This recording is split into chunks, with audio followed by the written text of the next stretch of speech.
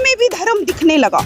अब उनको कपड़ों में भी धर्म दिखने लगा। और सबसे बड़ी बात तो मैं इन लोगों से कहना चाहती हूँ कि जिस भगवा रंग को तुम अपना कहते हो वो तो तथागत बुद्ध का रंग है। हमने तो कभी किसी से जो बैठे हैं ना, सबसे खतरनाक ये बाबा लोग हैं।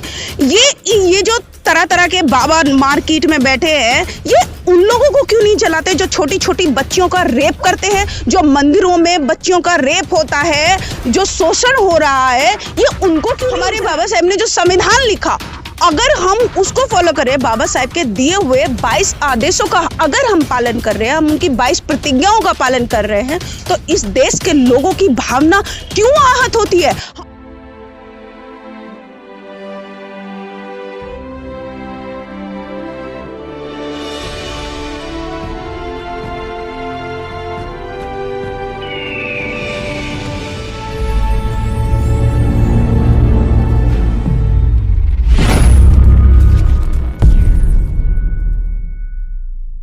जय भीम, नमो बुद्धाय। मैं सुमन बौद्ध और आप देख रहे हैं SB लाइव 85। जी हाँ, आज हम गाजियाबाद में हैं और सिद्धार्थ नगर इंटर कॉलेज में, और हमारे साथ सुकुन बौद्ध जी हैं। मैम, जो है कि यहाँ पे लिखा गया है 1000 तलवारों से ज़्यादा ताकत एक कलम में होती है, तो ऐसा क्या हुआ है जो प्लीज़ बताएं इसके बारे में। हाँ, तो सबसे पहले तो आपका बहुत बहुत साधुवाद, और सभी को आपके चैनल के माध्यम से नमो बुद्धाय जय भीम करती हूँ।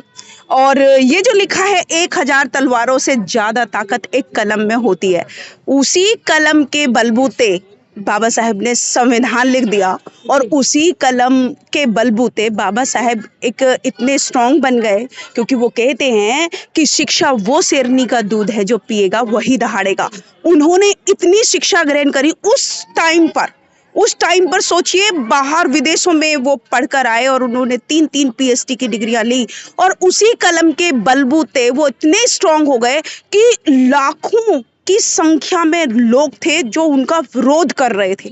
लाखों की संख्या में लोग उनका विरोध कर रहे थे, लेकिन वो बाबा साहेब की कलम के सामने उनका बाल बांका नहीं कर पाए। और उसी कलम के बलबूते बाबा साहेब ने 25 दिसंबर 1927 को उस काले कानून में आग लगा दी, जो मनु का विधान था। जो मनु के विधान में हम सब, यानी कि खासकर SC ST OBC के लिए तो क्या क्या नहीं लिखा हुआ था, और खासकर महिला चाहे वो किसी भी समाज की हो, किसी भी धर्म की हो, किसी भी संप्रदाय की हो, महिलाओं को एक भी अधिकार मनु के विधान में नहीं था। और इसी बाबा साहेब ने, क्योंकि महिलाओं को गुलाम बनाकर रखा, उनको पैर की जूती बनाकर रखा कि कोई भी आए और पहनकर चला जाए, लेकिन बाबा साहेब की बदौलत ही हम महिलाओं को सम्मान मिला। देश की जितनी भी महिलाएं, आज महिलाएं करती होंगी किसी किसी के व्रत, लगी हुई है पत्थरों की मूर्ति में, लेकिन अगर वो देखें तो उनको जो अधिकार मिला, उनको जो सम्मान मिला, उनको जो संपत्ति रखने का अधिकार मिला, जॉब करने का अधिकार मिला, उनको जो बच्चे गोद लेने का अधिकार मिला, और जो समान वेतन का अधिकार मिला, वो सिर्फ और सिर्फ हमारे महामानव बाबा साहेब की बदौलत मिला। तो इसलिए बाबा साहेब कहते हैं कि शिक्षा से ही आप सब कुछ हासिल कर सकते हो। आपकी शिक्षा ऐसी होनी चाहिए कि उसके सामने कोई टिक ना पाए। तो यही बाबा साहेब ने किया, और हजारों तलवार तो क्या, कोई भी उनका बाल बांका नहीं कर पाया, क्योंकि बाबा साहेब की कलम इतनी ताकतवर थी कि लोग उनकी कलम के सामने थर-थर कांपते थे।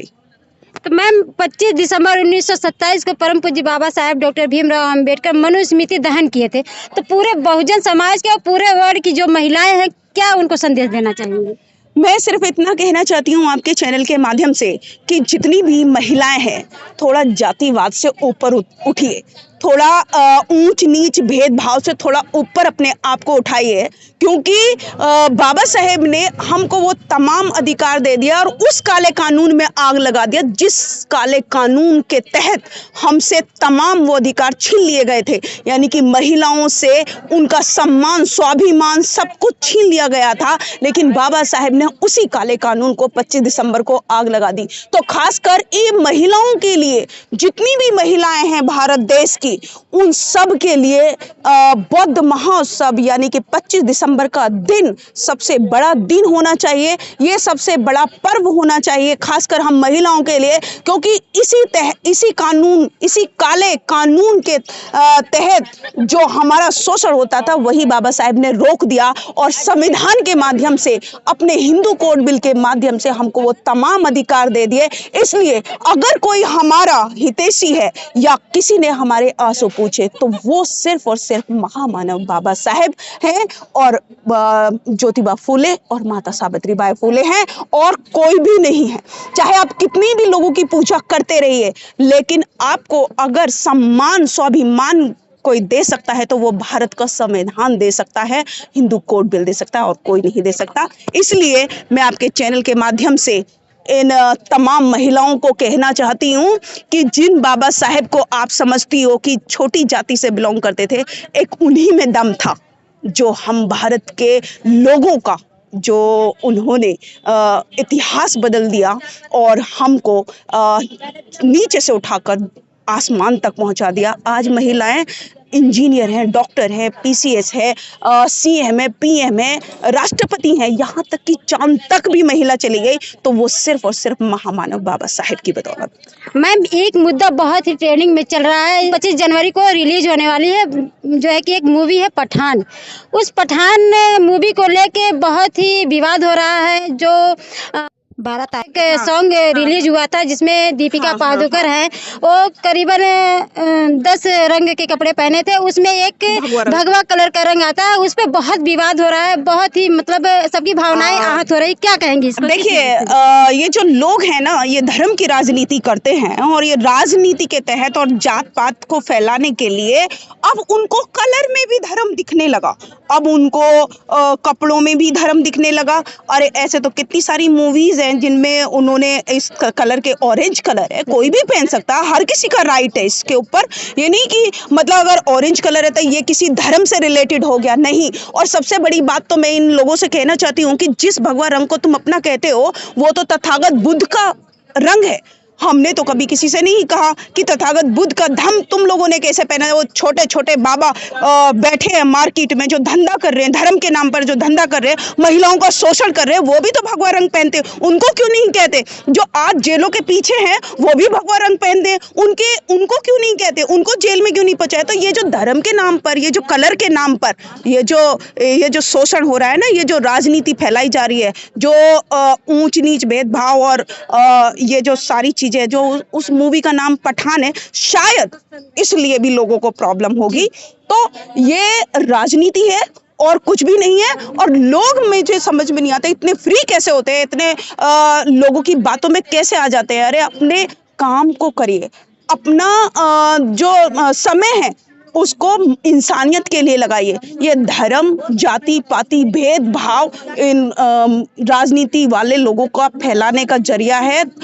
इसको हटा दीजिए और राजनीति से दूर रहिए, क्योंकि हम राजनीति को ये बढ़ावा दे रहे हैं, क्योंकि इसी राजनीति, हर चीज में राजनीति हो रही है, हर चीज में राजनीति हो रही है। तो इस लोगों का यूज होना छोड़ दीजिए। तुम्हें लोग यूज कर रहे हैं और तुम यूज हो रहे हो, तो इस चीज को छोड़कर अपने काम से काम रखिए। यही कहती हूँ, इस देश में शांति चाहिए, इस देश में भाईचारा चाहिए, इस देश में इंसानियत चाहिए। और इसीलिए बाबा साहेब ने 14 अक्टूबर 1956 में बुद्ध का धम्म हमको दिया, ताकि इस देश में शांति स्थापित हो, भाईचारा हो, इंसानियत हो और ये देश फिर से सोने की चिड़िया बन सके। तो इसी के लिए बाबा साहेब ने काम किया, इसी के लिए हमारे महापुरुषों ने काम किया। तो इन लोगों की बातों में मत आइए, ये सिर्फ राजनीति कर रहे हैं और किसी भी कलर का, किसी भी रंग का या किसी के नाम का ये सब कुछ नहीं होता। धर्म से ऊपर उठकर कुछ सोचिए, मैं यही अपील करना चाहूँगी। अयोध्या के बाबा हैं, कह रहे हैं जिस हॉल में मूवी रिलीज होगी उस हॉल को जला देंगे, फूंक देंगे। मैं तो ये कहती हूँ, जो बाबा जो बैठे हैं ना, सबसे खतरनाक ये बाबा लोग हैं। ये जो तरह तरह के बाबा मार्केट में बैठे हैं, ये उन लोगों को क्यों नहीं जलाते जो छोटी छोटी बच्चियों का रेप करते हैं, जो मंदिरों में बच्चियों का रेप होता है, जो शोषण हो रहा है, ये उनको क्यों नहीं जलाते? उनको क्यों नहीं मतलब उनके लिए क्यों नहीं सड़कों पर उतरते हैं? आज हर महिलाओं का कितना शोषण हो रहा है, कोई भी उनका रेप कर रहा है, कोई भी उनके ऊपर तेजाब डाल रहा है, उनके लिए तो इनके दिलों में दर्द नहीं होता, उनके लिए क्यों नहीं होता? और सबसे ज्यादा तो ये मैं कहती हूँ जितने भी ये बाबा है ना, ये इस देश से खत्म हो जाए तो इस देश का नर्क खत्म हो जाएगा। इन बाबाओं ने ही नर्क फैलाया हुआ है। हिंदुओं की भावना कुछ ज्यादा ही आहत हो रही है। हिंदुओं की हमारी भावनाओं का कुछ नहीं, इन लोगों की भावना नहीं हो गई, पता नहीं क्या हो गया। अरे जो हम समाज के लिए वर्क करते हैं, जो हम समाज के लिए काम करते हैं, जो हम भाईचारा करना चाहते हैं, जो हम इस देश में इंसानियत लाना चाहते हैं, जो हम संविधान पर चल रहे हैं, हमारे बाबा साहब ने जो संविधान लिखा, अगर हम उसको फॉलो करें, बाबा साहब के दिए हुए 22 आदेशों का अगर हम पालन कर रहे हैं, हम उनकी 22 प्रतिज्ञाओं का पालन कर रहे हैं, तो इस देश के लोगों की भावना क्यों आहत होती है? हम तो इनको नहीं कहते कि तुम जो है हिंदू देवी देवताओं को मत पूजो, तुम पूजो जिसको पूजना है, लेकिन जो हमारा है हम तो उसको मानेंगे। जो हमारे बाबा साहब हैं, हमारे तथागत बुद्ध हैं, हम तो उनको मानेंगे।